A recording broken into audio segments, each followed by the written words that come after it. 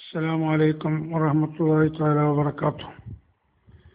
بسم الله الرحمن الرحيم والصلاة والسلام على أشرف المرسلين وعلى آله وصحبه أجمعين أما بعد. പ്രിയമുള്ള സഹോദരന്മാരെ, നമ്മുടെ ക്ലാസ്സിൻ്റെ ഭാഗമായി യാദൃശ്ചികമായ വന്ന ഒരു ക്ലിപ്പിൻ്റെ മറുപടിയാണ് ഇന്നലെ പറഞ്ഞത്. അത് മറ്റു ചില ധാരണകൾ തീർക്കാൻ അത് പറയൽ അനിവാര്യമായതുകൊണ്ടാണ് ആ ഭാഗത്തേക്ക് തിരിഞ്ഞത്. നാട്ടിക മുസ മൗലവിയുടെ പ്രസംഗത്തിൻ്റെ ക്ലിപ്പായിരുന്നു. അപ്പോൾ അവരാധാരം കാണിച്ചു കൊടുക്കുന്നതിനെക്കുറിച്ച് പറഞ്ഞപ്പോൾ പറഞ്ഞതാണ്. ഇൻഷാ അള്ളാഹ് അത് രണ്ട് വാക്കുകൂടി പറഞ്ഞ് നമുക്ക് അതിൽ നിന്ന് പറഞ്ഞ മറ്റുള്ള ആരോപണങ്ങളിലേക്ക് നമുക്ക് ഇറങ്ങിച്ചെല്ലാം. ഇന്നലെ ഞാൻ പറഞ്ഞ് അവസാനിപ്പിച്ചതുപോലെ ബഹുമാനപ്പെട്ട ഉസ്താദ് അവറുകൾ അബുദാബിയിലെത്തി. ബോംബെ വഴി വന്ന് രാത്രി ഏകദേശം 12 മണിയോടുകൂടെയുള്ള ഫ്ലൈറ്റിനായിരുന്നു ഉസ്താദ് അവറുകൾ അബുദാബിയിൽ ഇറങ്ങിയത്. പിറ്റേന്ന് അധികാലത്ത് സുബഹിസ്കാരം കഴിഞ്ഞ ഉടനെ ബഹുമാനപ്പെട്ട സയ്യിദ് അൽ ഉത്തൈബ എന്ന ഈ അറബി വർത്തക പ്രമാണിയുടെ വീട്ടിലേക്ക് നമ്മൾ ടെലിഫോൺ ചെയ്തു. അപ്പോൾ അദ്ദേഹം ടെലിഫോൺ എടുത്ത് വളരെ സന്തോഷത്തോടുകൂടി പറയുന്നു, ഷെയ്ഖ് അബൂബക്കർ അൽഹി നജീബിൽ ബൈത്ത് വല സാഹബാഹ് എന്നാണ് ചോദിക്കുന്നത്. ഇപ്പം തന്നെ വരാൻ സൗകര്യമുണ്ടെങ്കിൽ നന്നായിരുന്നു, അല്ലെങ്കിൽ ഇനി ഒരു വിശ്രമോ കാര്യമോ കഴിഞ്ഞ് 1 മണിക്കൂറിന് ശേഷമായാലും വേണ്ടില്ല. നമുക്കും കാര്യങ്ങളൊക്കെ വേഗം തീർത്ത് പോകലാണല്ലോ ആവശ്യം. ഇൻഷാ അല്ലാഹ് ഞങ്ങൾ ഇപ്പോൾ തന്നെ വരാം എന്ന് പറഞ്ഞപ്പോൾ അദ്ദേഹം, നിങ്ങൾ ഇങ്ങോട്ട് വരണ്ട, ഞാൻ വണ്ടി അങ്ങോട്ട് വിടുന്നുണ്ട് എന്നാണ് അദ്ദേഹം പറഞ്ഞത്. അങ്ങനെ വണ്ടി കൊടുത്തയക്കൽ മാത്രമല്ല, ആ വണ്ടിയിൽ കയറി ഈ ബഹുമാന്യനായിരിക്കുന്ന ഈ അറബിയും ഉസ്താദിൻ്റെ അടുക്കലേക്ക് വരുന്നു. അപ്പോൾ വണ്ടി അവിടെ എത്തുന്ന സമയം കണ്ടിതാ താഴെ എത്താൻ പോവുകയാണ്. അന്ന് നമ്മുടെ ഓഫീസ് ഉണ്ടായിരുന്നത് നമ്മുടെ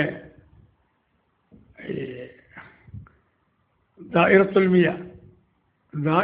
മിയ എന്ന് പറയുന്ന നമ്മളെ മലയാളികൾ ധാരാളം തിങ്ങി താമസിക്കുന്ന ഒരു സ്ഥലത്ത് ഒരു ബിൽഡിങ്ങിൻ്റെ 4ാമത്തെ നിലയിലായിരുന്നു അന്ന് നമ്മുടെ ഓഫീസ് ഉണ്ടായിരുന്നത്. കമീസ് പള്ളി എന്ന് പറഞ്ഞൊരു പള്ളി അതിനെ കുറച്ച് അപ്പുറത്തുണ്ട്. അവിടെ നിന്ന് ഇങ്ങോട്ട് മെയിൻ റോഡിലേക്ക് കയറിയാൽ അവിടെയുള്ള ഒരു ബിൽഡിങ്ങിലായിരുന്നു ഓഫീസ്. അറബി ഏകദേശം അവിടെ എത്തുന്നതിൻ്റെ ഒരു 5 മിനിറ്റ് മുമ്പ് ഒന്നുകൂടി ടെലിഫോൺ ചെയ്തു. അഥവാ വണ്ടിയുടെ ഡ്രൈവർ ഞങ്ങളിവിടെ താഴെ എത്താൻ പോകുന്നു. അപ്പോൾ ഞങ്ങൾ വേഗം ഇറങ്ങി. അന്ന് രാവിലെ ആയതുകൊണ്ട് ലിഫ്റ്റിന് തിരക്കൊന്നുമില്ല. ഞങ്ങൾ പെട്ടെന്ന് താഴെ ഇറങ്ങി 2 മിനിറ്റ് പുറത്ത് നിൽക്കുമ്പോഴേക്കും ഈ വണ്ടി അവിടെ വന്ന് നിൽക്കുന്നു. അപ്പോൾ വണ്ടി നിന്ന് ഉടനെ തന്നെ ഡോറ് തുറന്ന്, ഈ പ്രായാധിക്യമുള്ള ആളാണെങ്കിലും അദ്ദേഹം ഒരു ചെറുപ്പക്കാരനെ പോലെ വണ്ടിയിൽ നിന്ന് ചാടി ഇറങ്ങി ബഹുമാനപ്പെട്ട AP ഉസ്താദിൻ്റെ അടുക്കിലേക്ക് വരികയാണ്. വന്നിട്ട് അവിടുന്ന് തന്നെ ഒന്ന് കെട്ടിപ്പിടിച്ച് കരഞ്ഞ് തൗബ ചെയ്ത് പൊറുക്കലിനെ തേടണം, അള്ളാഹുവിനോട് പൊറുക്കലിനെ തേടണം, എനിക്ക് പുറത്തു തരാൻ വേണ്ടി അള്ളാഹുവിനോട് പറയണമെന്നൊക്കെ പറഞ്ഞിട്ട് കൈ പിടിച്ച് ആദരിച്ച് ആനയിച്ച് വണ്ടിയിൽ കൊണ്ടുപോയി ഇരുത്തി അവരെ വീട്ടിലേക്ക് ചെന്നു. അങ്ങനെ വീട്ടിൽ സാധാരണഗതിയിലുള്ള കുശല പ്രശ്നങ്ങളൊക്കെ കഴിഞ്ഞതിന് ശേഷം ഈ അറബി പ്രമുഖൻ പറയുന്നത്, ഷെയ്ഖ് അബൂബക്കർ, ഞാൻ സ്വന്തമായി തെറ്റിദ്ധരിച്ചതല്ല. എൻ്റെ മകൻ, അദ്ദേഹത്തിൻ്റെ മകൻ എന്ന് പറയുന്ന അബൂമാന എന്നാണ് മകൻ്റെ പേര്. അബൂമാന സയ്യിദ് അൽ ഉത്തൈബ എന്നാണ് ഇവരറിയപ്പെടുക. ഷെയ്ഖ് സായിദിൻ്റെ കുടുംബവുമായി അടുത്ത ബന്ധമുള്ളവരാണ്. അദ്ദേഹത്തിൻ്റെ മകൻ അന്ന് അവിടെ പെട്രോളിയം വകുപ്പ് മന്ത്രിയാണ്. പെട്രോളിയം വകുപ്പ് മന്ത്രി. ഇവരുടെ ഈ ദുഷ്പ്രചരണങ്ങളെ കൊണ്ടൊക്കെ കിട്ടിയ ഒരുപാട് നേട്ടവും അതിൻ്റെ പിന്നിലുണ്ട്. അല്ലേ?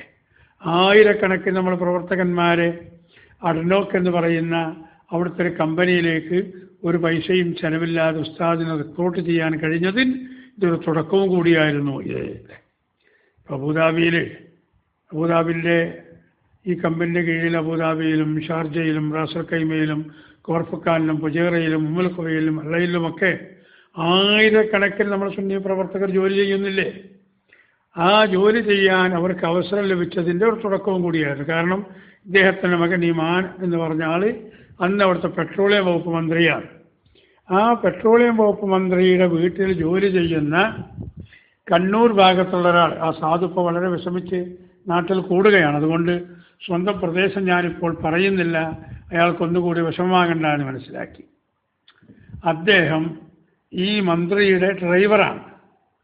അപ്പോൾ ആ ഡ്രൈവർമാർക്ക് അതുപോലെ മജ്‌ലിസിലുള്ള പ്രവാസികൾക്ക് ഖാവഴിച്ചു കൊടുക്കുന്നവർക്ക് ഇവർക്കൊക്കെ ഇവരോട് പ്രത്യേക ബന്ധം അടുപ്പവും എപ്പോഴും ഉണ്ടാകും. കാരണം കൂടെ തന്നെ പെരുമാറുകയാണല്ലോ. ആ ഡ്രൈവർ ഇദ്ദേഹത്തിൻ്റെ മകനാകുന്ന മന്ത്രിയെ പറഞ്ഞ് തെറ്റിദ്ധരിപ്പിച്ചതാണ്. എന്ത്, നിങ്ങളെ പിതാവിൻ്റെ അടുക്കൽ ഇങ്ങനെ മുസ്ലിയാർ ബന്ധപ്പെടുന്നുണ്ട്, ഞങ്ങളെ നാട്ടുകാരനാണ്, ഞങ്ങൾക്കറിയുന്ന പോലെ അയാളെ നിങ്ങൾക്കറിയില്ല, ഇവിടുന്നൊക്കെ കാശ് കൊണ്ടുപോയി അദ്ദേഹത്തിൻ്റെ സ്വന്തം പേരിൽ ബിൽഡിംഗ് എടുക്കുകയും മറ്റു കാര്യങ്ങളൊക്കെ ചെയ്യുകയാണ്, അതുകൊണ്ട് നിങ്ങൾ പിതാവിനോട് നിങ്ങൾ ഇതൊന്ന് ശ്രദ്ധയിൽപ്പെടുത്തണം. അപ്പോൾ ഈ വയോധികനായ ഈ അറബി നേരവോ എന്ന് മാത്രം ചിന്തിക്കുന്ന ആൾ തൻ്റെ മകനാണ് പറയുന്നത് അല്ലേ. അപ്പോൾ ആധികാരികമായിട്ടാണ്, അപ്പോൾ എന്നെ ഇവർ ചൂഷണം ചെയ്യുകയാണ് എന്ന് അദ്ദേഹം മനസ്സിലാക്കിയിട്ടാണ് നേരത്തെ ഈ ദേഷ്യം പിടിക്കാനുള്ള കാരണം. പിന്നെ അവർ പറഞ്ഞ ആരോപണങ്ങളൊക്കെയായിരുന്നു. കോഴിക്കോട് കോംപ്ലക്സ് അത് കാന്തപുരത്തിൻ്റെ പേരിലാണ്, അതുപോലെ മർക്കസിൻ്റെ സ്ഥലം വാങ്ങിയതും ആ ബിൽഡിംഗ് അത് കാന്തപുരത്തിൻ്റെയും മക്കളുടെയും പേരിലാണ്. അങ്ങനെ മർക്കസിൻ്റെ എല്ലാ സ്വത്തും കാന്തപുരത്തിൻ്റെ പേരിലാണ്. അദ്ദേഹം മരണപ്പെട്ടാൽ ഇസ്ദക്കരിമിസ് ഹസ്ബല്ലും സൈനി എന്ന് ഈ പഞ്ചായത്ത് പ്രസിഡന്റ് മൗലാന ആയത്തോതിയ പോലെ ഡബിള് ആൺമക്കൾക്കും പകുതി പെൺമക്കൾക്കുമായി വീതിച്ചു പോകുന്ന ഘട്ടത്തിലേക്കാണുള്ളത് എന്ന് പറഞ്ഞ് ധരിപ്പിച്ചപ്പോഴാണ് അദ്ദേഹം തെറ്റിദ്ധരിച്ചത്. അത് ഈ ആധാരവും അതിന് ഇംഗ്ലീഷും അറബിയും പിന്നെ അതിന് മലയാളമൊക്കെ അവർ കണ്ടപ്പോൾ അവർക്ക് തെറ്റിദ്ധാരണ നീങ്ങി, അങ്ങനെ പൊരുത്തപ്പെടിച്ചു. എന്നിട്ട് AP ഉസ്താദിനോട് പറയുന്നു, എനിക്ക് ഒരു പദ്ധതി അവിടെ തുടങ്ങാൻ ഉദ്ദേശമുണ്ട്. അപ്പോഴൊന്നും അദ്ദേഹം മർക്കസിലേക്ക് വന്നിട്ടില്ല, നാട്ട് കണ്ടിട്ടില്ല.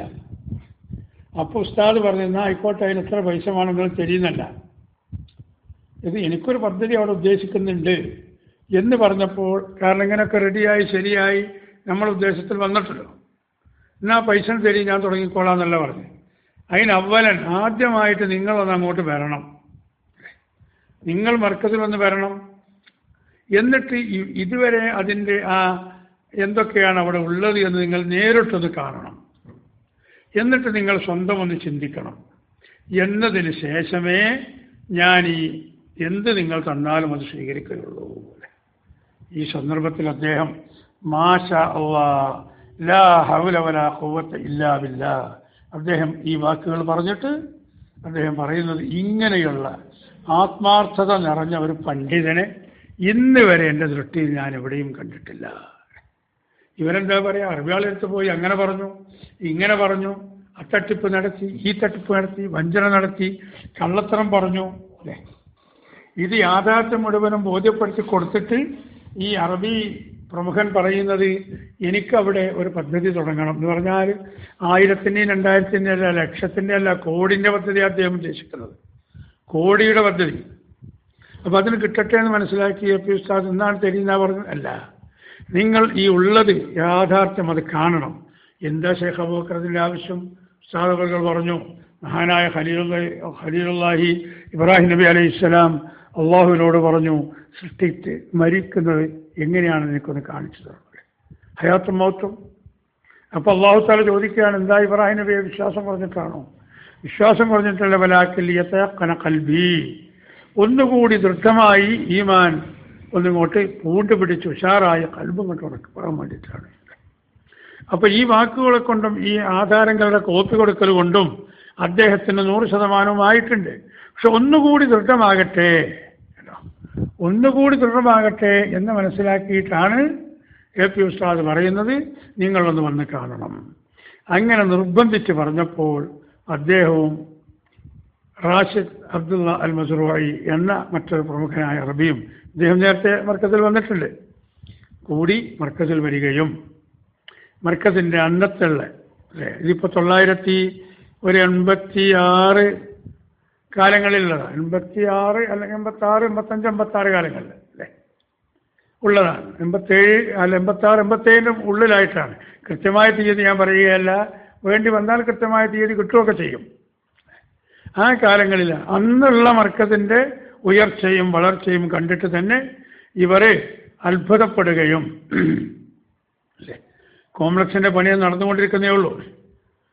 ഒരു നില അതിൻ്റെ ഫൈലിങ് കഴിഞ്ഞ് ഒരു നില പൂർത്തിയായി, രണ്ടാമത്തെ നില അങ്ങനെ എടുത്തുകൊണ്ടിരിക്കുന്നേ ഉള്ളൂ. അത് പൂർത്തിയായിട്ടില്ല. മർക്കസിൽ ഇന്ന് ചെന്നാൽ കാണുന്നതിൻ്റെ ഒരു 100ൽ ഒരു 2 അംശമേ അന്നുള്ളൂ. ഇന്ന് കാണുന്നതിൻ്റെ ഒരു 2 അംശം മാത്രമേ ഉണ്ടാവുകയുള്ളൂ.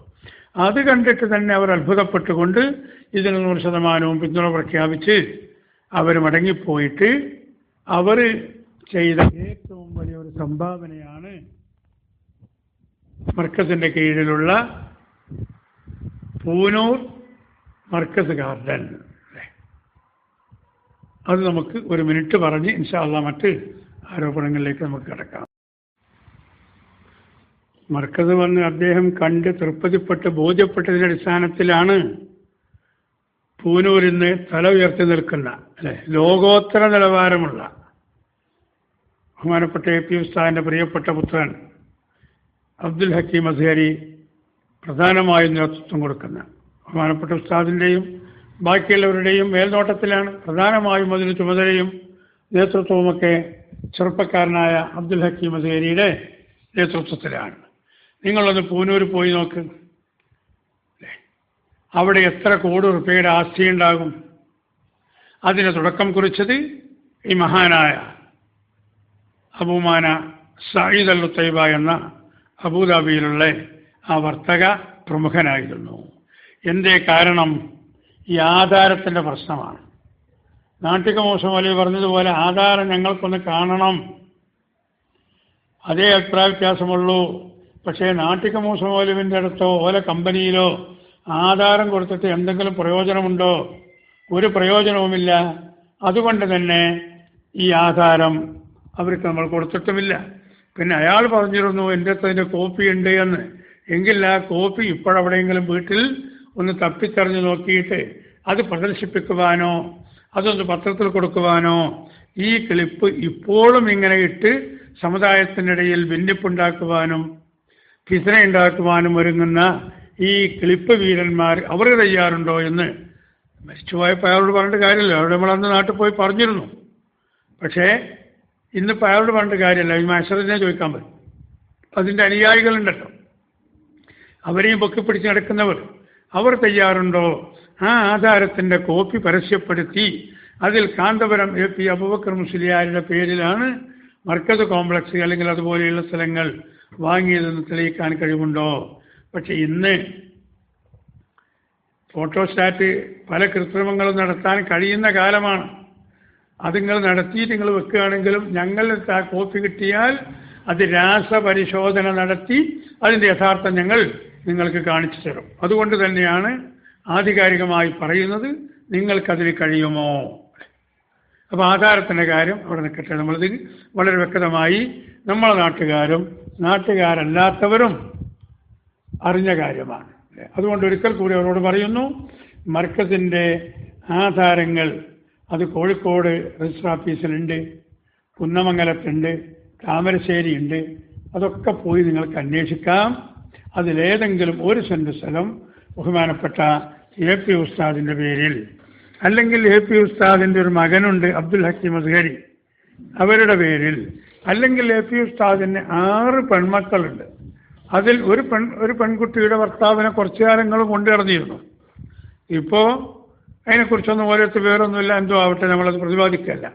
അങ്ങനെയുള്ള ഈ 6 പെൺമക്കളുടെ പേരിൽ പിന്നെ ഒരാൺമകനേ ഉള്ളൂ അബ്ദുൽ ഹക്കീം അസ്ഹരി. ആ ആൺമകൻ്റെ പേരിൽ എ പി ഉസ്താദിൻ്റെ ഭാര്യ ഇന്ന് ജീവിച്ചിരിക്കുന്നുണ്ട്, അവരുടെ ആ മഹദിയുടെ പേരിൽ, ആരുടെയെങ്കിലും പേരിൽ മർക്കസിൻ്റെ ഇതായിട്ട് അറിയപ്പെടുന്ന സ്ഥലങ്ങളിൽ നിന്ന് 1 സെൻറ്റ് സ്ഥലത്തിൻ്റെ ആധാരമെങ്കിലും ഇവരുടെ പേരിലുണ്ടെന്ന് തെളിയിച്ചു തരാൻ നിങ്ങൾക്ക് സാധിക്കുമോ എന്ന് അവരോട് അന്വേഷിച്ചുകൊണ്ട് ആ ആധാരത്തിൻ്റെ കാര്യം അവിടെ നിർത്തിവെക്കുന്നു. പിന്നെ മറ്റൊന്നയാൾ പറഞ്ഞ ആരോപണം എന്തായിരുന്നു? ഇയാൾ കള്ളത്തരം പറഞ്ഞ് പൈസ പിരിക്കുകയായിരുന്നു. കള്ളത്തരം പറഞ്ഞങ്ങാണ്ട് കള്ളത്തരം പറയല് പോയിട്ട് ഉള്ളതിൻ്റെ ഒരു 50% പറയാൻ തന്നെ എ പി ഉസ്താദ് മുതിർന്നിട്ടില്ല. അവർ പറയുന്നത് മാസത്തിൽ 3000 ആളുകൾ അവിടെ വന്ന് ഇസ്ലാം മതം സ്വീകരിച്ച് സ്വീകരിക്കുന്നുണ്ട്, അതിനുള്ള പണിയാണ് ചെയ്യുന്നതെന്ന് AP ഉസ്താദ് അവിടെ നോട്ടീസ് എഴുതി ഒട്ടിച്ചു എന്നാണ് പറയുന്നത് അല്ലേ.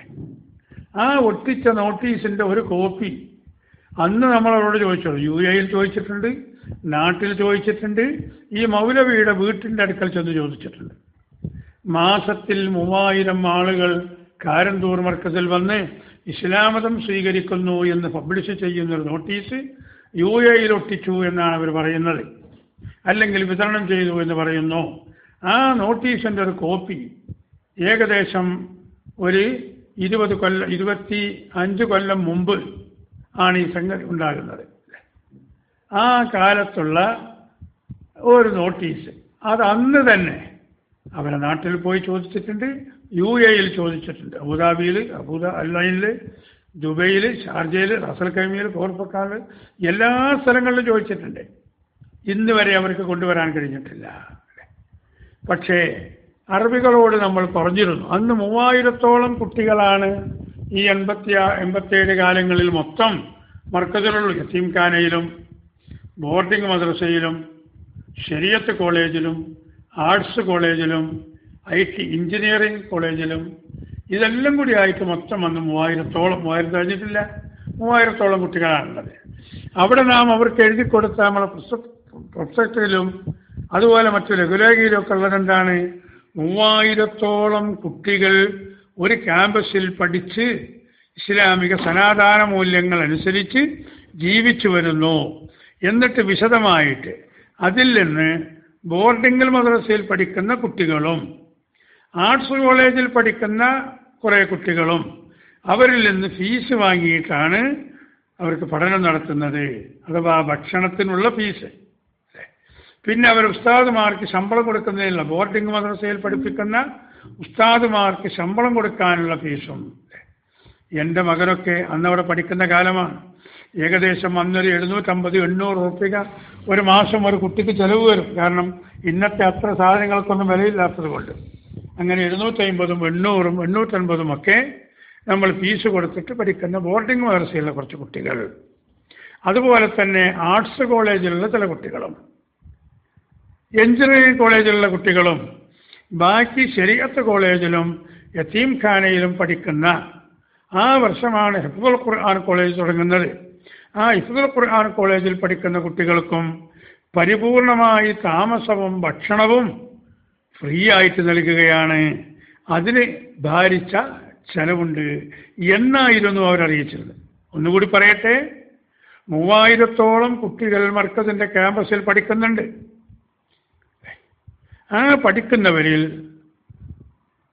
ബോർഡിംഗ് മദ്രസയിൽ പഠിക്കുന്ന ഏകദേശം ഒരു 600-700-600-ഓളം കുട്ടികൾ ആ കൊല്ലം ഉണ്ട്, ആ വർഷം.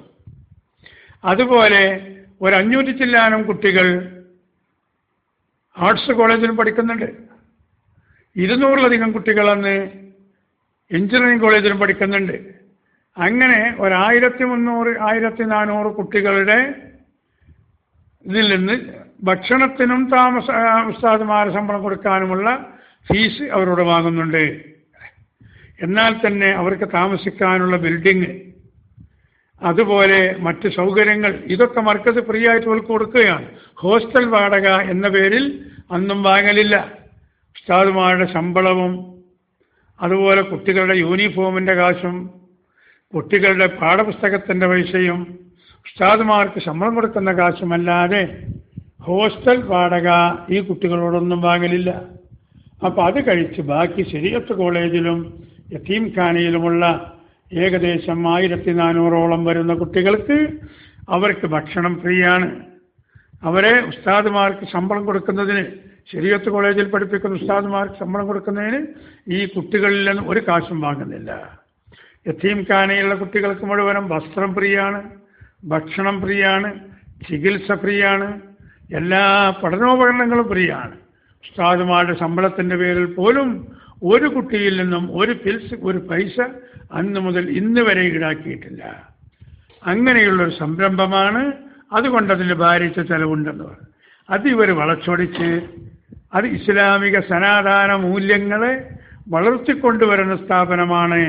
അനിസ്ലാമിക ചിന്താഗതികളും ഇസ്ലാമിക വിരുദ്ധ പ്രവർത്തനങ്ങൾ നടക്കുന്നിടത്ത് ഈ 3000-ഓളം കുട്ടികളെ മാസാമാസം പോറ്റിക്കൊണ്ടുവരിക, നിയന്ത്രിക്കുക എന്ന വലിയൊരു ദൗത്യമാണ് ഏറ്റെടുത്തത് എന്ന് പറഞ്ഞത് ദുർവ്യാഖ്യാനം ചെയ്ത് അവർ ഇസ്ലാമിലേക്ക് വന്നവരാണ്, പുതുമുസ്ലിമീങ്ങളാണ് എന്ന് പറഞ്ഞ് തെറ്റിദ്ധരിപ്പിച്ചു എന്ന് പറഞ്ഞിട്ടാണ് ഇവർ ഈ കളവ് പറയുന്നത് അല്ലേ.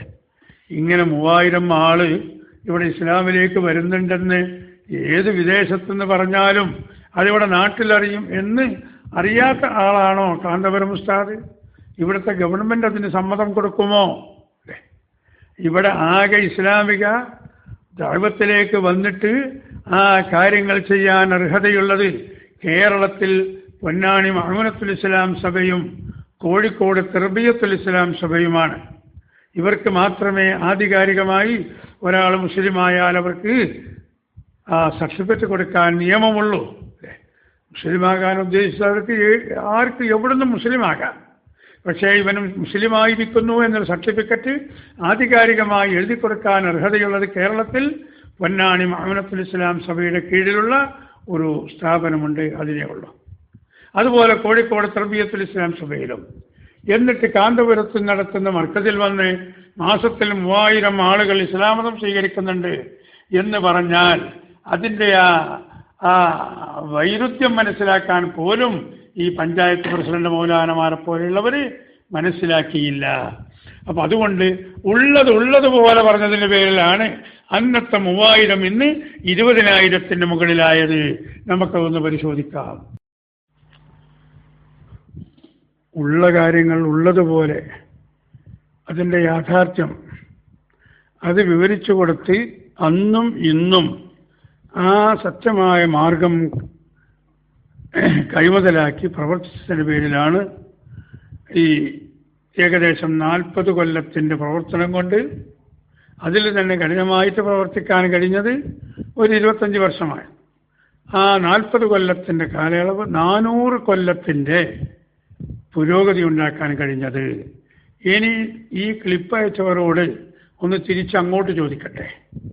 ഈ കാലയളവിലൊക്കെ തന്നെയാണ് ഈ ക്ലിപ്പിൽ സംസാരിച്ച ഈ മൗലവിയുടെ നേതൃത്വത്തിൽ തൃശ്ശൂർ ജില്ലയിൽ ദേശമംഗലം എന്ന് പറയുന്ന സ്ഥലത്ത് മാലിക് ദീനാർ കോംപ്ലക്സ് എന്ന പേരിൽ ഒരു സ്ഥാപനത്തിന് ഇദ്ദേഹവും ഈയിടെ മരണപ്പെട്ടു പോയ സമസ്തയുടെ പ്രസിഡന്റ് സ്ഥാനത്ത് നിന്ന് അവർ നിഷ്കരണം പുറത്താക്കപ്പെട്ട ബഹുമാനപ്പെട്ട അസ്ഹരി തങ്ങളും ഈ മൗലവിയും കൂടി UAE വന്ന് തമ്പടിച്ച് ജനങ്ങൾക്കൊക്കെ പറഞ്ഞ് മനസ്സിലാക്കി കൊടുത്ത് അവരിൽ നിന്ന് കോടികൾ പിരിച്ചിട്ടുണ്ടാകുമെന്ന് തന്നെ നമ്മൾ മനസ്സിലാക്കുന്നത്. പക്ഷെ കണക്കൊന്നും നമുക്കറിയില്ല. എന്തായിരുന്നാലും അവരവിടെ ഒരു സ്ഥലം വാങ്ങി സുന്ദരമായൊരു ബിൽഡിംഗ് എടുത്തു. ഇത് 87 കഴിഞ്ഞിട്ട് നിങ്ങൾ നോക്ക്, 97, 107, അപ്പോൾ 20, ഇപ്പോൾ 2016. അപ്പോൾ ഏകദേശം 29 കൊല്ലമായി. 29 കൊല്ലമായി. ഈ 29 കൊല്ലം ഈ ദേശമംഗലം എന്ന് പറഞ്ഞ സ്ഥലത്ത് മാലിക് ദീനാർ കോംപ്ലക്സ് നിങ്ങളത് പോയി നോക്കണം. തൃശ്ശൂർ ജില്ലയിലാണ്. ദേശമംഗലം ഇവിടെ അറിയപ്പെട്ട സ്ഥലമാണ്. തൃശ്ശൂരിന് ആര് ചോദിച്ചാലും വഴി പറഞ്ഞു തരും. അവിടെ ചെന്ന് നോക്കിയാൽ വളരെ പരിതാപകരമായ ആ സ്ഥാപനത്തിൻ്റെ അവസ്ഥ കാണാൻ കഴിയും. അത് ഏതാനും വർഷം മുമ്പ് ഇപ്പോൾ അതിൻ്റെ കാര്യങ്ങളൊക്കെ കൈകാര്യം ചെയ്യുന്ന അതിൻ്റെ ഭാരവാഹികൾ AP ഉസ്താദിനെ സമീപിച്ച് നിങ്ങളിത് ഏറ്റെടുത്ത് നടത്തണമെന്ന് ആവശ്യപ്പെട്ടിരുന്നു. പല പ്രാവശ്യവും ആവശ്യപ്പെട്ട ഉസ്താദ് പറഞ്ഞു ഏതായാലും ഞാനൊന്ന് വന്നു നോക്കട്ടെ. അന്ന് അതിലേക്ക് ആ വന്നു നോക്കലിന് പോകുമ്പോൾ ഉസ്താദിൻ്റെ കൂടെ ഞങ്ങളും ഉണ്ടായിരുന്നു. ആ ബിൽഡിങ്ങിൻ്റെ മുകളിലേക്ക് ചെരുപ്പഴിച്ച് കയറാൻ പറ്റാത്ത രൂപത്തിൽ പ്രാവിൻ്റെ കാഷ്ടവും കാക്കയുടെ ഉച്ഛിഷ്ടവും പൊടിപടലങ്ങളും മണ്ണാമ്പലയും നിറഞ്ഞു കിടക്കുന്ന ഏറ്റവും വലിയ ദയനീയമായൊരവസ്ഥ. ഒരു 5ാം ക്ലാസ് മദ്രസ പോലും അന്നവിടെ നടക്കുന്നില്ല. ഇവർ പറയുന്നു ഞങ്ങളൊക്കെ വിനീതരാണ്, തട്ടിപ്പ് നടത്താത്തവരാണ്, ഉള്ളതുപോലെ പറയുന്നവരാണ്. ഞങ്ങളെ മൂല്യന്മാർ എവിടെയെങ്കിലും ഒരു വെള്ളത്തിന് പോയാൽ നാട്ടുകാർ സന്തോഷിച്ച് കൊടുക്കണം, അതിനെ എടുക്കുള്ളൂ. ബാക്കിയുള്ളവരൊക്കെ അങ്ങനെ അവന് സ്വന്തം കീശിക്ക് പിരിക്കുന്നവരാണ്, തട്ടിപ്പ് നടത്തുന്നവരാണ്. ആത്മാർത്ഥതയില്ലാത്തവരാണ്. ഇങ്ങനെയൊക്കെയാണല്ലോ ഇവരെ ഇയാൾ പുലമ്പിയതും അങ്ങനെ തന്നെയായിരുന്നു. എങ്കിൽ ഈ ക്ലിപ്പറൊക്കെ എന്നോട് ചോദിക്കട്ടെ, ആ മൗലവി, നിങ്ങളുണ്ടാക്കിയ ഈ സ്ഥാപനത്തിൻ്റെ ഇപ്പോഴത്തെ അവസ്ഥ എന്ത്? ഈ 29 കൊല്ലം കൊണ്ട് 29 മിനിറ്റിൻ്റെ വളർച്ച അതിനുണ്ടായിട്ടുണ്ടോ? എന്തുകൊണ്ടുണ്ടായില്ല? നിങ്ങളെ ഭാഷയിൽ പറഞ്ഞാൽ കാന്തപുരം അറബികളെ ചൂഷണം ചെയ്തു, കാന്തപുരം സാധാരണക്കാരെ ചൂഷണം ചെയ്തു, സാധാരണക്കാരോടും അറബികളോടും കള്ളത്തരം പറഞ്ഞു, എന്നിട്ട് കാശ് കിട്ടി. അപ്പോൾ ഈ കളവിന് കൂട്ടു നിൽക്കുന്ന ആളാണോ അല്ലാഹു തആല? അസത്യം പ്രചരിപ്പിക്കുന്നതിനാണോ അള്ളാഹുവിൻ്റെ സഹായം ഉണ്ടാവുക? അല്ലാഹു തആല ഖുർആനിൽ പറഞ്ഞു, യാ അയ്യുഹല്ലദീന ആമനു തഖുല്ലാഹ വകൂനൂ മഅസ്സാദിഖീൻ എന്ന. അള്ളാഹുവിനെ പേടിച്ച് നിങ്ങൾ ജീവിക്കുക, സാദിഖീങ്ങളോട് കൂടെ ആയിരിക്കണം നിങ്ങളുടെ ജീവിതമല്ലേ. അപ്പോൾ എ പി ഉസ്താദ് കള്ളത്തരം പറഞ്ഞു, തട്ടിപ്പ് നടത്തി എന്നാണെങ്കിൽ ഇവരിതൊക്കെ പറഞ്ഞു നടന്നിട്ട്, ഇതിപ്പോൾ 10-25 കൊല്ലം മുമ്പ് പറഞ്ഞതാണല്ലോ ഇവർ. ഈ പറഞ്ഞിട്ട് അത് ജനങ്ങളിലേക്ക് ഏശിയിട്ട് കാന്തപുരമൊക്കെ അങ്ങനെ കൊണ്ടുപോയി അദ്ദേഹത്തിൻ്റെ പേരിലാണ് എടുക്കുന്നത്. അദ്ദേഹം അതൊക്കെ പുട്ടടിക്കുകയാണ്.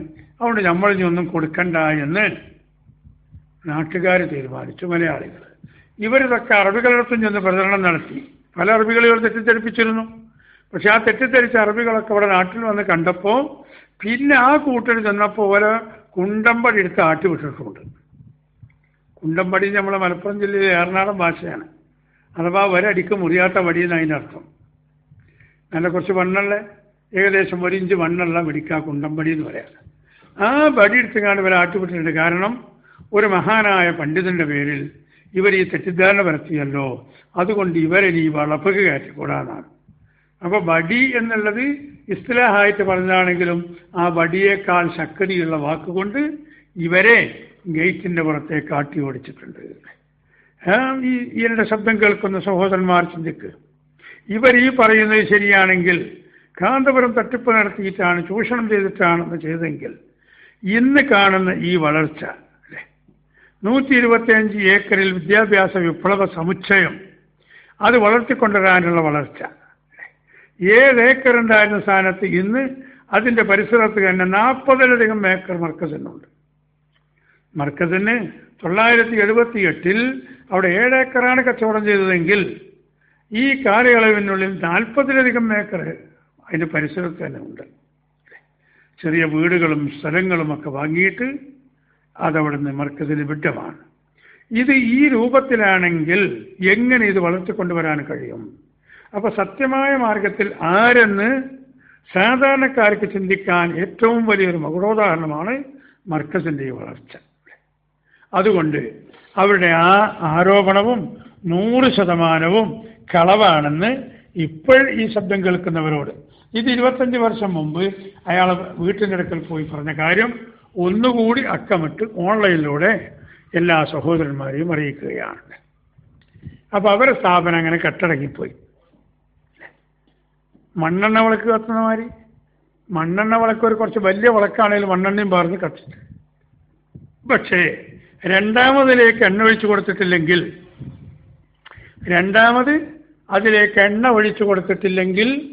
അതിങ്ങനെ തീർന്ന് അവസാനം കരിന്തിരി കത്തുകയാണ്. അതായത് തിരുമലിൻ്റെ എണ്ണ കഴിഞ്ഞാൽ പിന്നെ അത് ഓട്ടോമാറ്റിക് അങ്ങോട്ട് ഓഫാവും.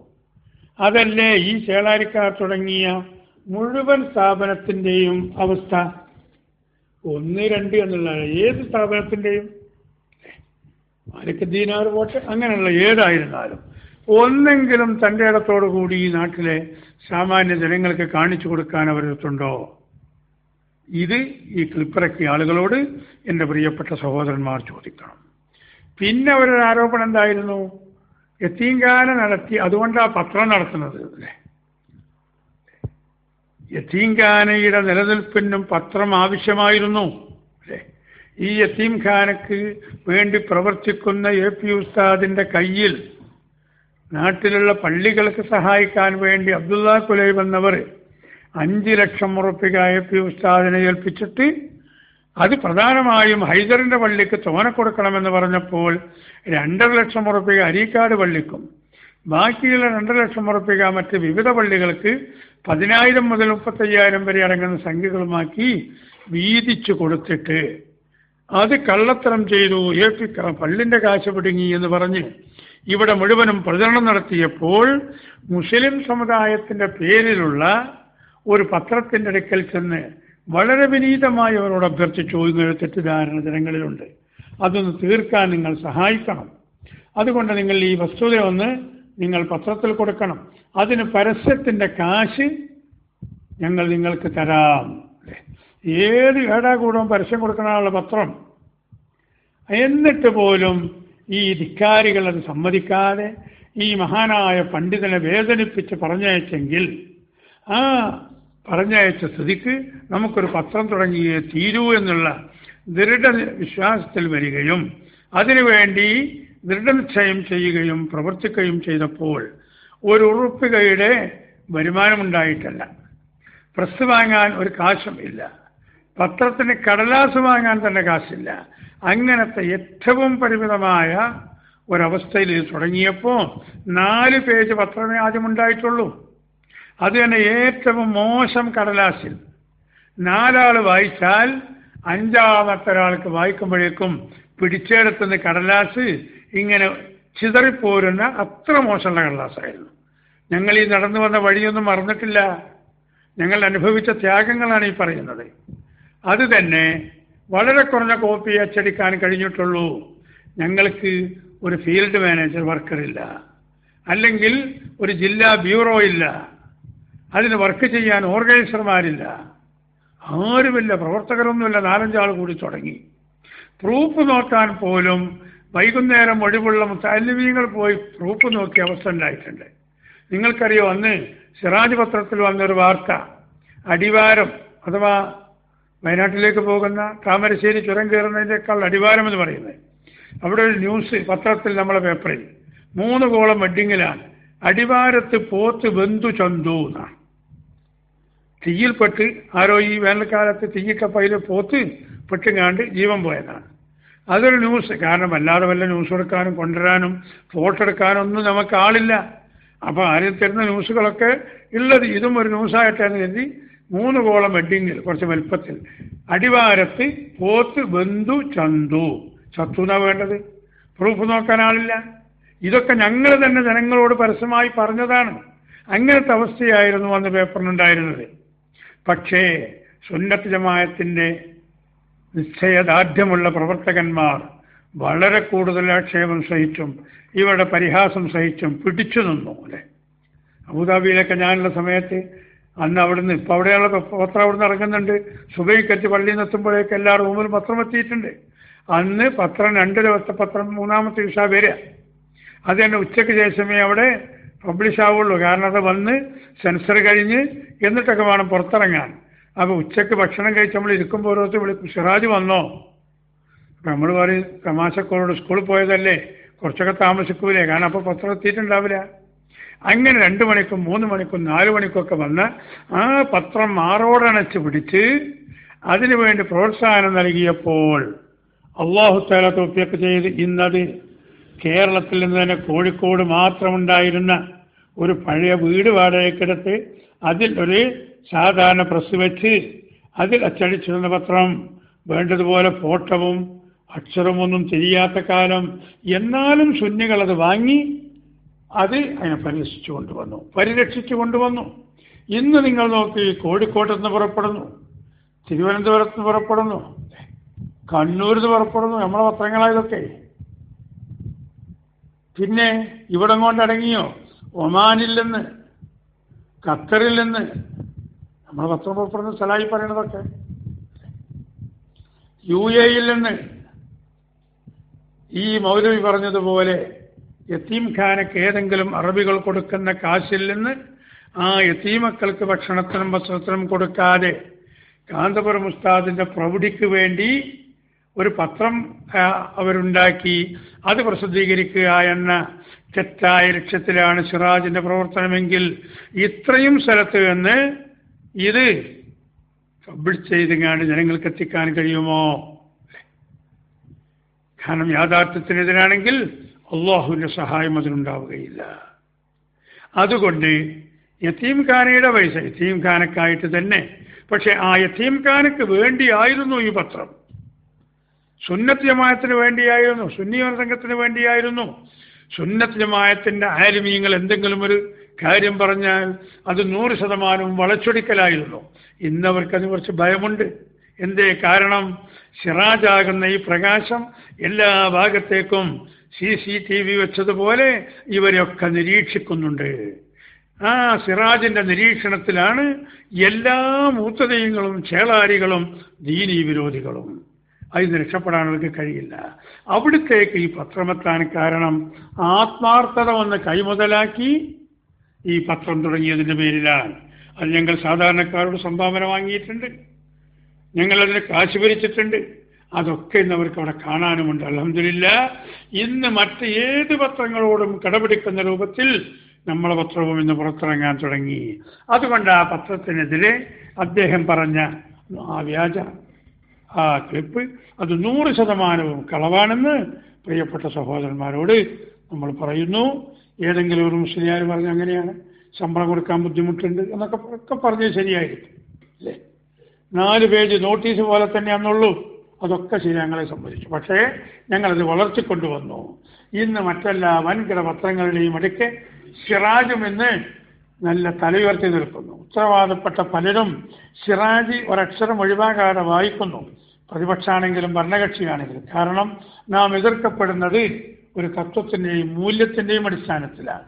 ആവശ്യമില്ലാത്ത എതിർപ്പല്ല, എന്തെങ്കിലും എഴുതലല്ല, ആരെയും കുതിര കയറലല്ല. അതുകൊണ്ട് ആ സിറാജ് വളർന്നു വന്നത്. ഇൻഷാ അള്ളാഹ് ഇതിൻ്റെ ബാക്കി നമുക്ക് നാളെ കൂടി പറഞ്ഞ് ഇത് അവസാനിപ്പിച്ച് നമ്മളെ സംഘടനാ ക്ലാസ്സിലേക്ക് തന്നെ മടങ്ങാം. അള്ളാഹു തആല തൗഫീഖ് ചെയ്യുമാറാകട്ടെ.